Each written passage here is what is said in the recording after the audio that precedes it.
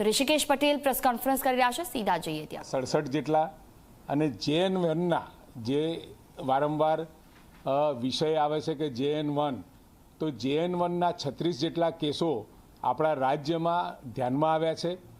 આપણા ત્યાં GBRCમાં 4000 test genome sequencing per day કરી શકીએ એ પ્રમાણેની કેપેસિટી છે. આપણા ત્યાં આવતા તમામ કેસોનું જીનોમ સિક્વન્સિંગ કરીએ છીએ. એના કારણે બીજા રાજ્યોમાં આ પ્રકારની વ્યવસ્થાઓ બધા કેસોની કરી શકાય એવી છે કે નહીં એ એક પ્રશ્નાર્થ ચિહ્ન છે.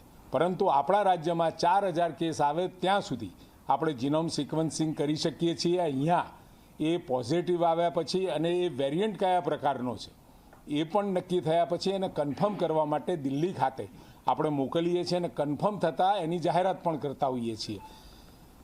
સમગ્ર જે કેસ ભારતમાં આવ્યા છે એમાં સૌથી વધારે ગુજરાતના છે, કારણ કે આપણે તમામ કેસોનું જીનોમ સિક્વન્સિંગ કરીએ છીએ. એના કારણે આંકડો આપણને વધારે લાગે છે. આપણે કુલ કેસ જે આવ્યા છે જે 36, એ 36માંથી 22 રિકવર થઈ ગયા છે અને અત્યારે 14 હોમ આઇસોલેશનમાં છે. કુલ ટેસ્ટ આપણે ગઈકાલે 27મી ડિસેમ્બરે 844 કર્યા, એમાંથી આપણી પાસે 14 કેસ આવ્યા છે. એટલે એનો જે પોઝિટિવિટી રેટ છે એ ખૂબ નીચો છે. અને સાથે ડિસેમ્બર મહિનામાં આખા મહિના દરમિયાન 8426 આપણે ટેસ્ટ કર્યા, એની સામે 99 જેટલા કેસ કોરોનાના આપણને માલુમ પડ્યા છે.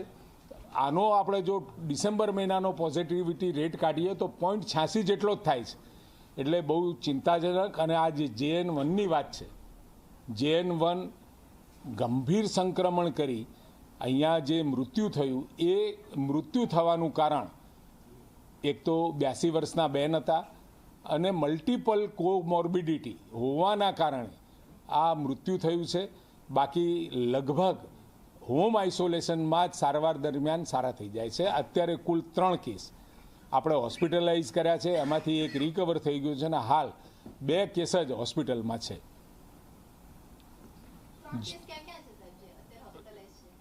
હોસ્પિટલાઇઝ છે, તમને વિગત આપી દે છે ક્યાં ક્યાં છે. અને જેટકોએ એક મહત્ત્વનો નિર્ણય લીધો છે. કુલ 6000 એપ્લિકેશનો આવી હતી, એમાંથી 5362 વિદ્યાર્થીઓની પરીક્ષા લેવાઈ હતી. અને જે વિદ્યાર્થીઓની પરીક્ષા નથી લેવાઈ, મતલબ કે 6000ના પોલ ટેસ્ટ થશે અને જેમને પરીક્ષા આપી દીધી છે એમને ફરી પરીક્ષા આપવાની નહીં રહે. પરંતુ બાકીના વિદ્યાર્થીઓ જેમને પરીક્ષા નહોતી આપવા મળી, એ વિદ્યાર્થીઓ પોલ ટેસ્ટ આપ્યા પછી પાસ થશે તો એમને પણ પરીક્ષાની તક આપવામાં આવશે.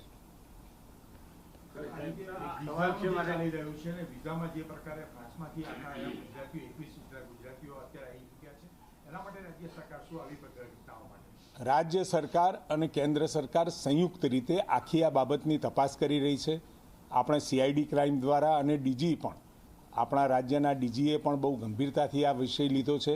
એમના ઘરે જઈ ત્યાં પણ જવાબ લેવાનું અને બાકી આ જે આખી ઘટનામાં સામેલ હતા અને જે લોકો અમને વિદેશ પ્રવાસે લઈ જઈ રહ્યા હતા, એની પણ લિંક અને લૂપ્સ માટેની ખૂબ સારી એવી ખૂબ જહેમતથી આ તપાસ કરી રહી છે. દિલ્હી સરકાર અને આપણી ગુજરાત સરકાર બંને સાથે મળી આ બાબતે ઇન ડિટેલ તપાસ કરી રહી છે.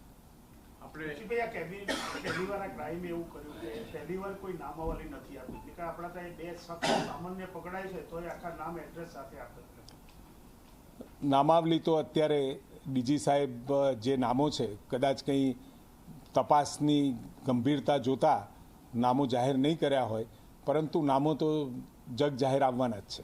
આપણી પાસે વિપક્ષ બહુ પાતળો છે. વિધાનસભા સત્ર બોલાવો છો મહિનાનું, એ લોકો પ્રજાના પ્રશ્નો વાંચી આપવા માંગતા હોય તો એનું વલણ તમારું કેવું છે પ્રત્યે? લોકસભામાં અત્યારે થાય છે એવું છે કે એને તક આપશો બોલવાની તક નિયમો અનુસાર બધાને જ મળતી હોય છે. કોંગ્રેસ નથી બોલતો હતો એવું છે નહીં.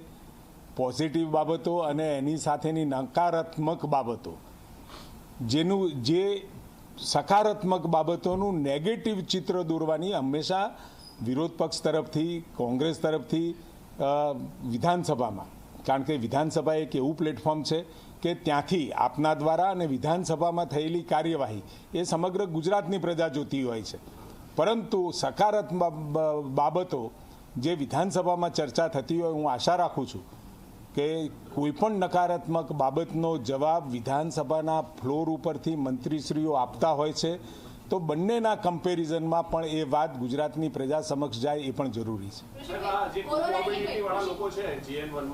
કોમોર્બિડિટી વાળા એના માટે આપણે કોઈ ગાઈડલાઇન્સ બહાર પાડીશું, કારણ કે કોમોર્બિડિટી વાળાને સીધી અસર થઈ છે. સ્વાભાવિક છે કે અહીંયા ગુજરાતની અંદર કોરોનાનો વ્યાપ હજુ આપણે ચિંતાજનક નથી. બીજા રાજ્યોમાંથી લોકો આવતા હોય અને આપણે જે આ ટેસ્ટિંગ પણ કરીએ છીએ, જે વ્યક્તિને કોરોના માલુમ પડતાની સાથે એની આજુબાજુ એના એન્વાયરમેન્ટમાં જીવતા કોન્ટેક્ટ પર્સનનું પણ આપણે કોવિડ ટેસ્ટ કરી લઈએ છીએ. એટલે અહીંયા ગુજરાતની અંદર આજની તારીખે જે એડવાઇઝરી જાહેર ભૂતકાળમાં કરી હતી એ અમલ વ્યક્તિગત રીતે સૌએ ગુજરાતના નાગરિકોએ અને સાથ કરી, અને જે લોકો કોમોર્બિડ છે તો એ પોતે પોતાની સ્વયં શિસ્ત પાડી અને આ કરે તો વધારે સારું છે. ગયા વીક સુધી JN1 ના એક પણ કેસ નતા એવી વાત હતી. 36 કેસ આયા છે અને હવે આગામી સમયમાં વાઇબ્રન્ટ આવી રહ્યું છે. સરકાર વિદેશથી જે લોકો આવે છે એની માટે શું નિયમો આપશે, શું તકેદારી રહેશે, ટેસ્ટિંગ ટ્રેસિંગ કેવું હશે? પહેલાં મેં કહ્યું હતું કે JN સિરીઝનો વેરિયન્ટ આપણા ત્યાં અહીંયા જોવા નથી મળ્યો. આપણા ત્યાંથી અહીંયા GBRCમાં જ્યારે જીનોમ સિક્વન્સિંગમાં જાય છે એના પછી એ ટેસ્ટ કન્ફર્મ કરવા માટે દિલ્હી પણ જાય છે, અને કન્ફર્મ થઈને આવે એના પછી જ આપણને ખ્યાલ આવે. જે વખતે મેં કહ્યું એ વખતે ઓફિશિયલી એક પણ JN સિરીઝનો વેરિયન્ટ કોઈપણ કોરોના કેસમાં માલુમ પડ્યો નહોતો. એના કારણે મારું એવું સ્ટેટમેન્ટ હતું, પરંતુ જેવું ઉપરથી દિલ્હીથી કન્ફર્મ થઈને આવ્યું એટલે આપણે જાહેર કર્યું કે આપણા ત્યાં અહીંયા 36 જેટલા JN સિરીઝના વેરિયન્ટવાળા કેસ જોવા મળ્યા છે. વાઇબ્રન્ટ આપણા ત્યાં ખૂબ મોટા પાયે યોજાઈ રહ્યો છે, અને ગુજરાતના ભાવિ માટે વાઇબ્રન્ટ એ વખતો વખત એના વિકાસમાં અનેક નવા સોપાનાઓ પણ ઉમાર્યા છે.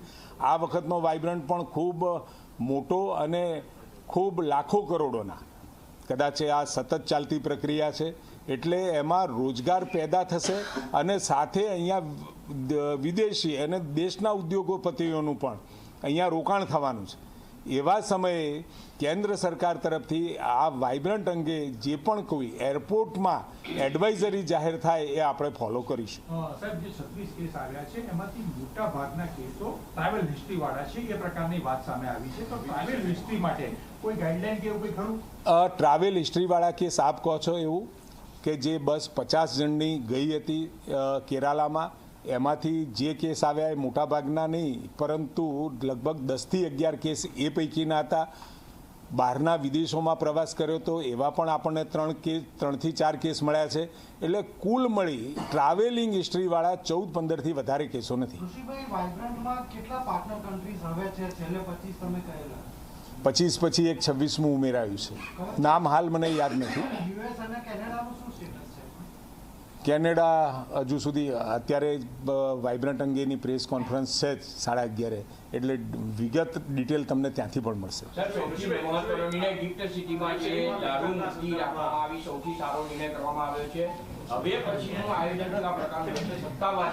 આભાર, તમે એને સરકારના નિર્ણયને સરાહ્યો એ બદલ. ગિફ્ટ સિટીની અંદર જે બાકીની એડવાઇઝરી જે જાહેર કરવાની છે એ ટૂંક સમયમાં એનું કામ ચાલુ છે. એના ઉપર ચર્ચા વિચારણાના અંતે CM સાહેબની કક્ષાએ એ એડવાઇઝરી જાહેર થશે.